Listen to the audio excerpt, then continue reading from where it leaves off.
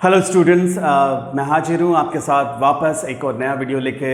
जैसा मैंने कहा था हमारे इंट्रो वीडियो में कि हम लोग जल्दी आपके लिए कुछ वीडियो लाने वाले हैं, और आज मैं जो लेकर आया हूँ 12th स्टैंडर्ड के लिए उनका first chapter the last lesson. तो लास्ट लेसन की हम लोग शुरुआत करेंगे, उसके बारे में बहुत सारी चीज़ें हम लोग जानेंगे और इस चैप्टर के एंड तक हम लोग बने रहेंगे। और मैं कहूँगा आप सब लोगों से चैप्टर के एंड तक बने रहिए, वीडियो के एंड तक बने रहिए। इसमें मैं हर एक क्वेश्चन और इस चैप्टर से रिलेटेड हर एक छोटी और बड़ी बात जो अक्सर पूछी जाती है वो सब हम लोग इसमें इंक्लूड करने वाले हैं। तो हमारे साथ बने रहिए और जो भी चीज़ें होंगी हम लोग एक एक करके पता करते चले जाएंगे। तो सबसे पहले बात करते हैं कि ये आपकी फ्लैमिंगो बुक का फर्स्ट चैप्टर है, और फर्स्ट चैप्टर ही और जिसका नाम इन्होंने लास्ट लेसन रखा है, जिसका टाइटल लास्ट लेसन रखा है। तो ऐसा क्यों? तो एक्चुअली इसमें सीधी सी बात है कि ये जो चैप्टर है ये टीचर और स्टूडेंट के एक्चुअली रिलेशंस पे बेस्ड है, और किस तरह से एक टीचर और एक स्ट्रिक्ट टीचर और किस तरह से वो एक काइंड टीचर बन जाता है, और कैसे एक फ्रेंच एक ऐसा स्टूडेंट जो स्टडीज़ को इग्नोर करता है फाइनली वो स्टडीज़ के बहुत करीब आ जाता है जब उसे पता लगता है कि उसका टीचर जा रहा है। तो इन सब चीज़ों को देखते हुए ये जो चैप्टर है इसका नाम इन्होंने लास्ट लेसन रखा है। और अब थोड़ा सा लास्ट लेसन की बात हम लोग कर लेते हैं। ये जो चैप्टर है ये एल्फिन डॉन्ट्स ने लिखा है, और एल्फिन डॉन्ट है वो अपने चैप्टर्स में इस तरह की चीज़ें लेकर आते हैं कि वो कोई ना कोई एक मैसेज छोड़ने की कोशिश करते हैं। तो ऐसा ही एक मैसेज इस चैप्टर में छोड़ने की कोशिश की गई है। तो अब थोड़ा सा बात कर लेते हैं क्या इसका स्टोरी है, इस चैप्टर का स्टोरी क्या है। तो इस चैप्टर में सबसे पहले जो चीज़ आपको देखने को मिलेगी कि फ्रेंच एक ऐसा स्टूडेंट है जो स्टडीज़ को इग्नोर करते आ रहा है, और इवन एम हैमेल के ये कहने पे कि उसे पार्टिसिपल्स के रूल्स लर्न करने हैं लेकिन वो लर्न नहीं कर पाता, और इस वजह से वो बंक करने की सोचता है क्लास ये, और बंक करने के लिए भी सोचता है कि मैं कहाँ जाऊँ, बूट्स में चला जाऊँ। तो ये सब चीज़ें आपको यहाँ इस चैप्टर में मिलेंगी। चलिए पहले बात कर लेते हैं इसकी स्टोरी को लेकर, क्या इसका स्टोरी है, चैप्टर में स्टोरी क्या है। तो इस चैप्टर का स्टोरी है स्टार्टिंग से आपको बताया जाता है कि एम हैमेल ने सभी स्टूडेंट्स को लर्न करने के लिए पार्टिसिपल्स के रूल्स दिए हैं, लेकिन फ्रेंच उन रूल्स को लर्न नहीं कर पाया है, और इसलिए वो सोच रहा है कि क्यों ना आज क्लास बंक कर दी जाए, और मैं क्लास बंक करके मैं वुड्स में चला जाता हूँ, और वुड्स में जाता हूँ तो मुझे क्या वहाँ पे करना है। तो वो कह रहा है कि मुझे एम हैमेल की क्लास से ज़्यादा जो डैम्प्ट कर रही है चीज़ वो है कि अगर मैं वुड्स में चला जाऊँ और वुड्स में जाने के बाद में मैं बर्ड्स का चिरपरिंग का साउंड सुनूँ या बर्ड्स का ट्विटरिंग सुनूँ, वो मेरे लिए बहुत अच्छा होगा। दूसरी चीज़ जो वो करना चाहता है, पास ही पर्शियन सोल्जर हैं जो ड्रिलिंग कर रहे हैं, एक्सरसाइज उनका चल रहा है, तो उन सोल्जर्स की एक्सरसाइज देखना उसे बहुत इंटरेस्टिंग लग रहा है कि मैं उनकी एक्सरसाइज को देखूंगा। तो यहाँ वो ये एम हैमेल की क्लास है उसको बंक करके उसमें अपना इंटरेस्ट ना दिखाते हुए वो वुड्स जाना चाहता है, और वहाँ वुड्स में वो बर्ड्स का चिरपिंग सुनना चाहता है, बर्ड्स का ट्विटरिंग का साउंड सुनना चाहता है, और इधर वो पर्शियन सोल्जर्स हैं, पर्शियन सोल्जर्स के यहाँ जाता है और उनकी ड्रिलिंग को देखना चाहता है। ये दोनों साइट्स हैं वो उसे ज़्यादा टेम्पटिंग लग रही हैं बजाय एम हैमेल की वो क्लास। अब लेकिन फिर भी वो इतना सब सोचते हुए फाइनली ये डिसाइड करता है कि वो वुड्स ना जाएगा और ना वो इस तरह से बर्ड्स का चिरपिंग सुनेगा। फाइनली वो स्कूल जाएगा और स्कूल के लिए निकल पड़ता है, और जैसे ही स्कूल के लिए निकलता है तो पास ही वो कम्युनिटी हॉल के पास से गुजरता है। कम्युनिटी हॉल के पास बहुत सारे लोगों की भीड़ जमा है, और वहाँ बहुत सारे लोग हैं, they are collecting around the community hall, और वहाँ पे एक बुलेटिन बोर्ड है, they are reading something on it, उसके ऊपर कुछ लिखा हुआ है वो उस पर पढ़ रहे हैं। और ये सब देखते हुए फ्रेंच वहाँ से निकलता है तो उसे ऐसा लगता है कि आज भी कोई ना कोई गुड या बैड न्यूज़ होगा, क्योंकि अभी तक पिछले 2 सालों में जितने भी गुड न्यूज़ जितने भी बैड न्यूज़ फ्रेंच को मिले हैं वो इसी बुलेटिन बोर्ड से मिले हैं। वो सारा का सारा इसी पे लिख दिया जाता है, चाहे वो कमांडिंग ऑफिसर के रूल्स हो, चाहे कोई ड्राफ्ट हो, ये सारी की सारी चीज़ें हैं, चाहे बैटल से रिलेटेड कोई इन्फॉर्मेशन हो, वो सारी उसने बुलेटिन बोर्ड पे लिख दी जाती है। तो यहाँ वो इन सब चीज़ों को देखते हुए और आगे निकल जाता है, और आगे जैसे निकल रहा है और वो एक ही ब्रीथ में एम हैमेल की क्लास के पास पहुँच जाता है, स्कूल के पास पहुँच जाता है। जैसे वो स्कूल के पास पहुँचता है तो उसे बहुत सारी चीज़ें स्ट्रेंज नज़र आती हैं। जैसे वो स्कूल के पास पहुँचा यूजुअली जब स्कूल शुरू होता है तो बहुत सारा शोर नॉइज़ होता है, दुनिया भर का हसल बसल सुनाई देता है स्कूल के पास, चाहे वो आपका डेस्क का ओपनिंग हो, क्लोजिंग हो, या फिर बच्चों की एक साथ पैरों की आवाज़ें हों, ये सब वहाँ सुनने को मिलता है। लेकिन आज everything has appeared very strange, सब कुछ अजीब लग रहा है और पूरा का पूरा स्कूल ऐसा लग रहा है it is as silent as a Sunday morning, जैसे संडे मॉर्निंग की तरह बिल्कुल साइलेंट नज़र आ रहा है। तो यहाँ उसे बहुत अजीब सा लगता है कि आज स्कूल में क्या चेंज, ये ऐसा क्या चेंज हो गया। लेकिन जैसे ही वो क्लास के पास पहुंचता है, यहाँ एक और चेंज उसे फेस करना पड़ता है। एम हैमल जो बहुत ही स्ट्रिक्ट टीचर होते हैं और जो हमेशा अपने हाथ में एक रूलर रखते हैं या अपनी आर्म्स में एक रूलर वो हमेशा रखते हैं और स्ट्रिक्टली ही बच्चों से बात करते हैं। और आज वो बहुत काइंड हो गए हैं। उन्होंने फ्रेंच से कहा कि French actually we are just starting without you, लेकिन अब तुम आ गए हो तो क्लास में बैठो। और उसे कहा कि ये कह दिया जाता है कि आप क्लास में बैठो। तो यहाँ और सरप्राइज होता है कि ये जो स्ट्रिक्ट टीचर है वो अचानक काइंड कैसे हो गया। उसके बाद जैसे ही वो क्लास में बैठता है और अपने टीचर की तरफ देखता है, और जैसे ही वो एक लुक टीचर की तरफ देखता है, फिर से सरप्राइज हो जाता है। टीचर आज बिल्कुल न्यू ड्रेस पहने हुए था, उसने ग्रीन कोट पहना था, एक फ्राइड शर्ट पहना हुआ था, इसके अलावा सिल्क कलर का एक सिल्क कैप भी उसने अपने सर पे पहना हुआ था। तो ये सब चीज़ें देख के और सरप्राइज हो जाता है, क्योंकि ये जो नया ड्रेस है वो जनरली कब पहनता है, जब वो या तो क्लासेस का इंस्पेक्शन के लिए जा रहा होता है, या फिर क्लासेस के इंस्पेक्शन के अलावा कोई प्राइज डेज होता है जिस दिन उसने बच्चों को अवार्ड करना होता है। तो या तो प्राइज डेज पे पहनता है इस तरह का ड्रेस, या फिर इंस्पेक्शन डेज पे पहनता है। लेकिन आज तो ऐसा कोई ना तो प्राइज डेज है ना कोई इंस्पेक्शन डेज है, तो फिर आज उसने ये नया ड्रेस क्यों पहना हुआ है। एक और सरप्राइज एलिमेंट होता है फ्रेंच के लिए। लेकिन जैसे वो क्लास की तरफ पीछे देखता है तो यहाँ एक और चीज़ सरप्राइज कर देती है।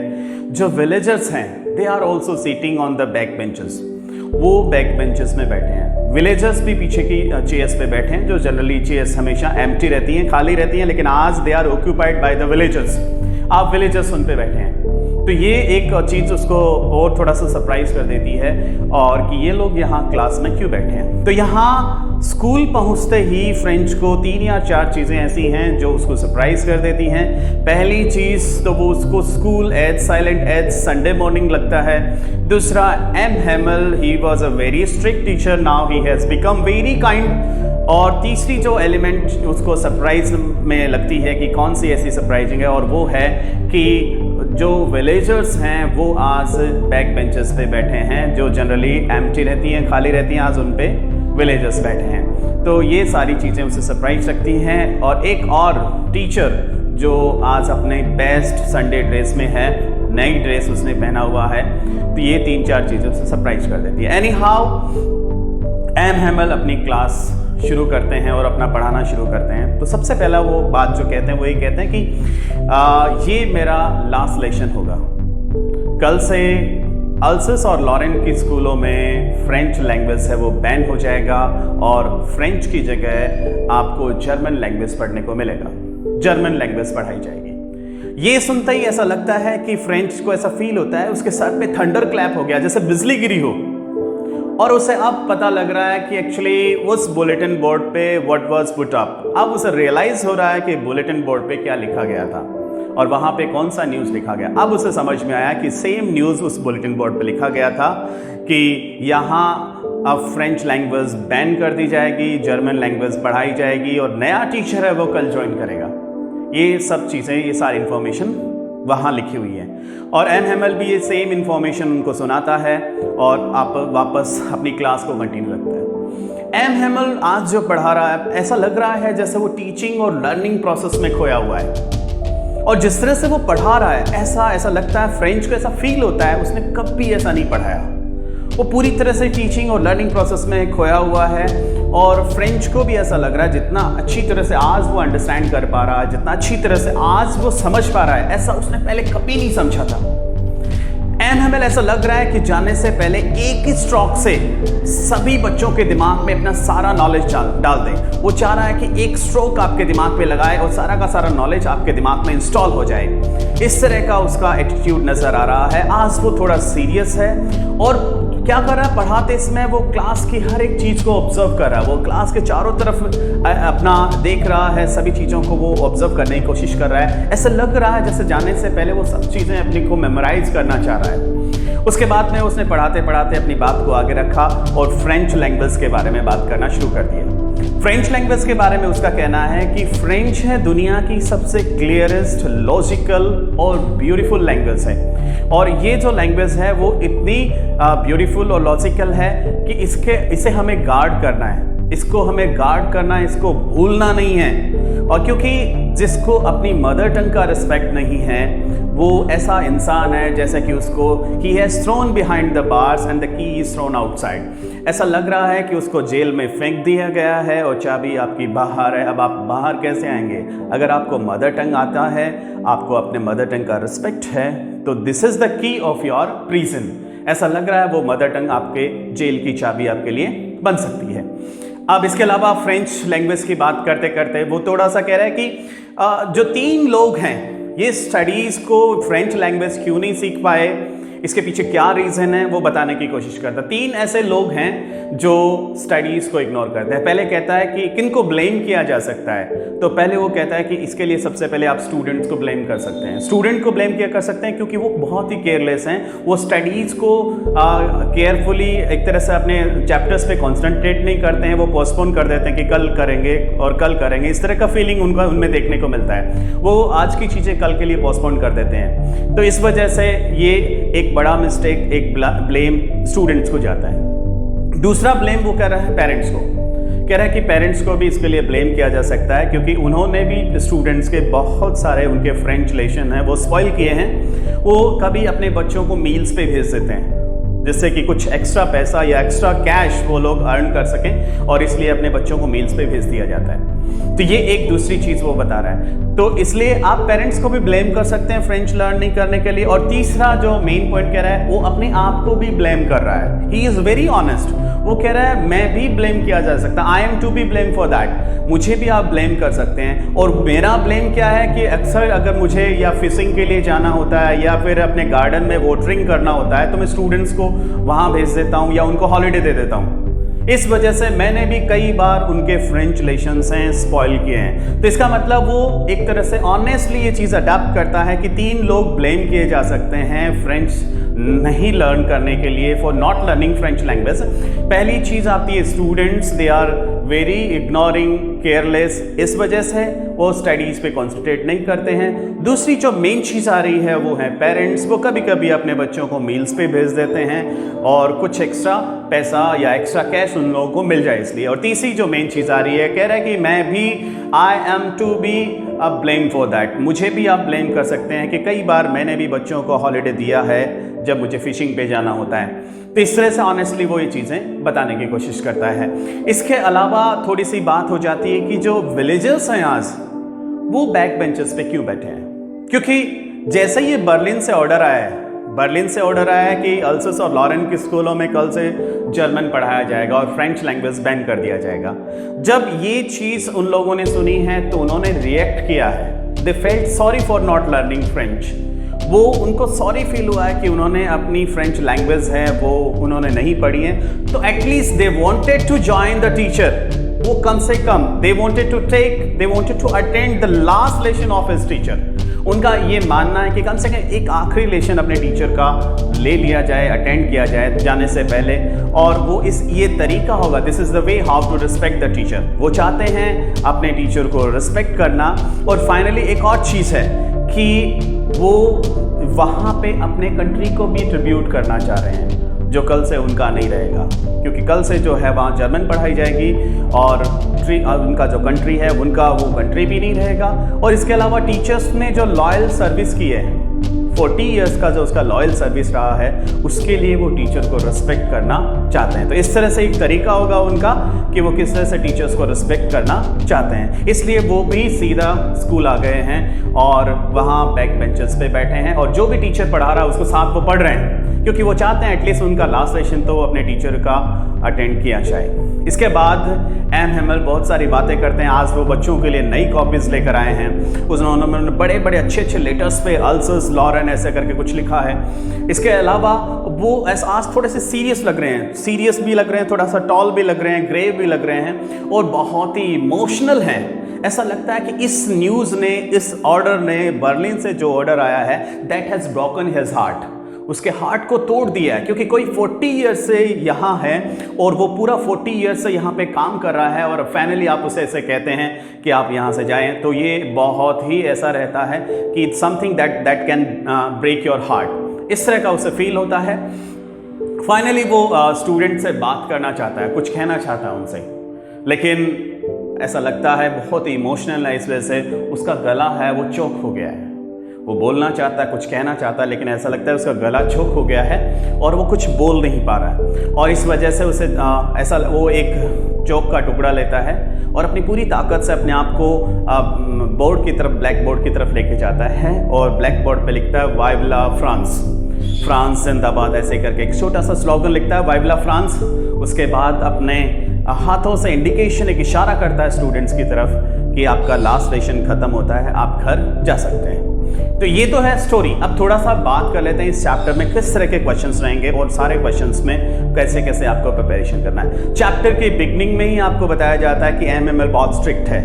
तो एम हेमल ने फ्रेंच को पार्टिसिपल्स के रूल्स दिए हैं लर्न करने, लेकिन वो लर्न नहीं कर पाया है। इस वजह से वो क्लास बंक करना चाहता है। तो पहला ही हमारा क्वेश्चन बनता है, why did French want to bunk the school? तो यहाँ आंसर है हमारा, because he could not learn the rules of participles. तो एक यहाँ एक आंसर हमारे पास हो गया। फिर एक और क्वेश्चन बनता है, why did French decide to spend his day out of doors? वो अपना दिन बाहर क्यों बिताना चाहता है? तो सिंपल सी बात है कि एक्चुअली एम हेमल की क्लास की बजाय उसको बहुत ही टेम्पटिंग लग रही हैं दो चीज़ें। एक तो उसे लग रहा है कि वो वुड्स का चिरपिंग सुनेगा और दूसरा वो वहाँ पे पर्शियन सोल्जर्स का जो ड्रिलिंग चल रहा है उस ड्रिलिंग को देखेगा। तो these two things are appearing more tempting than the class of participles class of M Hamel. इस वजह से therefore he wanted to bunk the school और he want to spend his day out of doors. अब अगली जो बात हो रही है कि बुलेटिन बोर्ड है वो क्या इन्फॉर्मेशन था, what does the bulletin board inform to the people? तो ये एक और क्वेश्चन हमारा बन जाता है। तो बुलेटिन बोर्ड इन्फॉर्मेशन देता है, वो आपको या तो उसमें वॉर्स को लेकर रिलेटेड कुछ इन्फॉर्मेशन मिलेगी, या पिछले 2 सालों में whatever the good news और bad news they got, all they have actually they got from the same bulletin board। तो ये सारी न्यूज़ उनको उसी बुलेटिन बोर्ड से मिली है, तो वो वहाँ से वो उन्होंने ये इन्फॉर्मेशन ली है। अब उसके बाद जो तीसरी चीज़ आती है, तीसरा जो क्वेश्चन आता है कि सिंपली ये क्वेश्चन इसको काफ़ी तरह से पूछा गया है, what was the order came from Berlin, and एक और इसको पूछने का तरीका, how did the people react at the order came from Berlin. और दूसरा एक और क्वेश्चन हमारे सामने आता है, why were the villagers sitting on back benches. तो ये 2-3 क्वेश्चन हैं जो एग्जैक्टली कई बार एग्जाम्स में रिपीटेडली पूछ लिए जाते हैं। तो एक पहला क्वेश्चन लेते हैं, how did the people react at the order came from Berlin. तो बर्लिन का जो ऑर्डर आया, लोगों ने उस पर कैसे रिएक्ट किया? तो लोगों ने क्या किया, they felt very sorry for that, they felt very sorry for not learning there mother tongue, their language, French language. That's why they wanted to attend even the last lesson of his teacher. That's why they went to school to take the last lesson of his teacher. ये तो उनका reaction था। उसके बाद अगला question था, why they are sitting on back benches। तो इसका आंसर हम लोग ले लेते हैं, they wanted to respect the teacher for his 40 years loyal service। और दूसरी चीज़ है, they also wanted to pay a tribute to the country which was no more theirs। ये एक और चीज़ उसकी बनती है कि वो कंट्री को भी रिस्पेक्ट करना चाह रहे थे जो अब उनका नहीं रहा। उसके बाद जो अगली चीज़ आती है, अगला एक क्वेश्चन बनता है कि how did Hamel appreciate French language. French language को किस तरह से वो अप्रिशिएट कर रहा है? तो एम हेमल का मानना है French is the most logical, clearest and beautiful language of the world and we must guard it and we should not forget it. ये 2-3 चीज़ें वो फ्रेंच लैंग्वेज के बारे में बताने की कोशिश कर रहा है। फिर अगला जो क्वेश्चन है कि actually what was M Hamel's behaviour at the end of the last lesson. Last lesson के एंड में एम हैमिल का क्या बिहेवियर था, तो वो बिहेवियर आप सीधा बता सकते हैं। At the end of the last lesson he became very emotional, he wanted to speak something but he could not because something choked him and he took a piece of chalk and wrote on the blackboard Vive la France, and after he made an indication to the students and said the last lesson was over and they might go home। तो इस तरह से ये last का reaction आप, ये last वाला question आप बता सकते हैं। और इसके अलावा अगर बात करें आपके लॉन्ग आंसर टाइप क्वेश्चंस में, तो एक आपका क्वेश्चन आप उसमें देख सकते हैं कि how did M Hamel actually explain his last lesson, और किस तरह से उन्होंने एक्सप्लेन किया लास्ट लेसन में। आप लास्ट लेसन से रिलेटेड सारी इंफॉर्मेशन, सारे उनके पॉइंट्स आप उसमें शामिल कर सकते हैं। इसके अलावा एक कैरेक्टर स्केच का क्वेश्चन भी बन सकता है कि write a character sketch of M Hamel's. तो एम हैमिल का आप राइट कैरेक्टर स्केच बता सकते हैं। एक स्ट्रिक्ट टीचर है, डेडिकेटेड टीचर है, ऑनेस्ट टीचर है एंड काइंड टीचर ऑल्सो। तो ये सारी उसकी कैरेक्टरिस्टिक्स आप बता सकते हैं और एक एक करके उसमें सारी इंफॉर्मेशंस आप डाल सकते हैं और इजीली अगर हर एक क्वेश्चन को आप अच्छी तरह से एक्सप्लेन कर सकते हैं। तो मुझे लग रहा है कि आज आपको ये वीडियो बहुत पसंद आया होगा। तो मैं वेट करूँगा आपके सजेशंस का, वैल्यूबल सजेशंस का। आप अपने सजेशन दीजिए, मुझे कमेंट करिए और बताइए आपको चैप्टर कैसा लगा, और मैं अगला वीडियो आपके लिए जल्दी लेके आऊँगा। स्पेशली अगला वीडियो भी मेरा 12th स्टैंडर्ड पे ही होगा। आज मैंने लास्ट लेसन की बात करी है, तो हो सकता है कल एक नया चैप्टर मैं आपके साथ लेकर आऊँ। तो इसकी इन्फॉर्मेशन आपको मैं जल्दी दे दूंगा और आप इसी तरह से ट्रिपल जे क्लासेस को देखते रहिए। यहाँ आपको अच्छे से अच्छे वीडियो और अच्छे से अच्छे एक्सप्लेनेशन आपको चैप्टर्स के मिलेंगे। मेरा कोशिश ये रहेगा कि हर तरह की चीज़ों को मैं अपने इस चैप्टर में, अपने इस चैनल पे लेकर आऊँ और वो आपको सुनने को मिले, वो आप उसका अच्छा सा एक्सप्लेनेशन देख सकें। धन्यवाद, थैंक यू।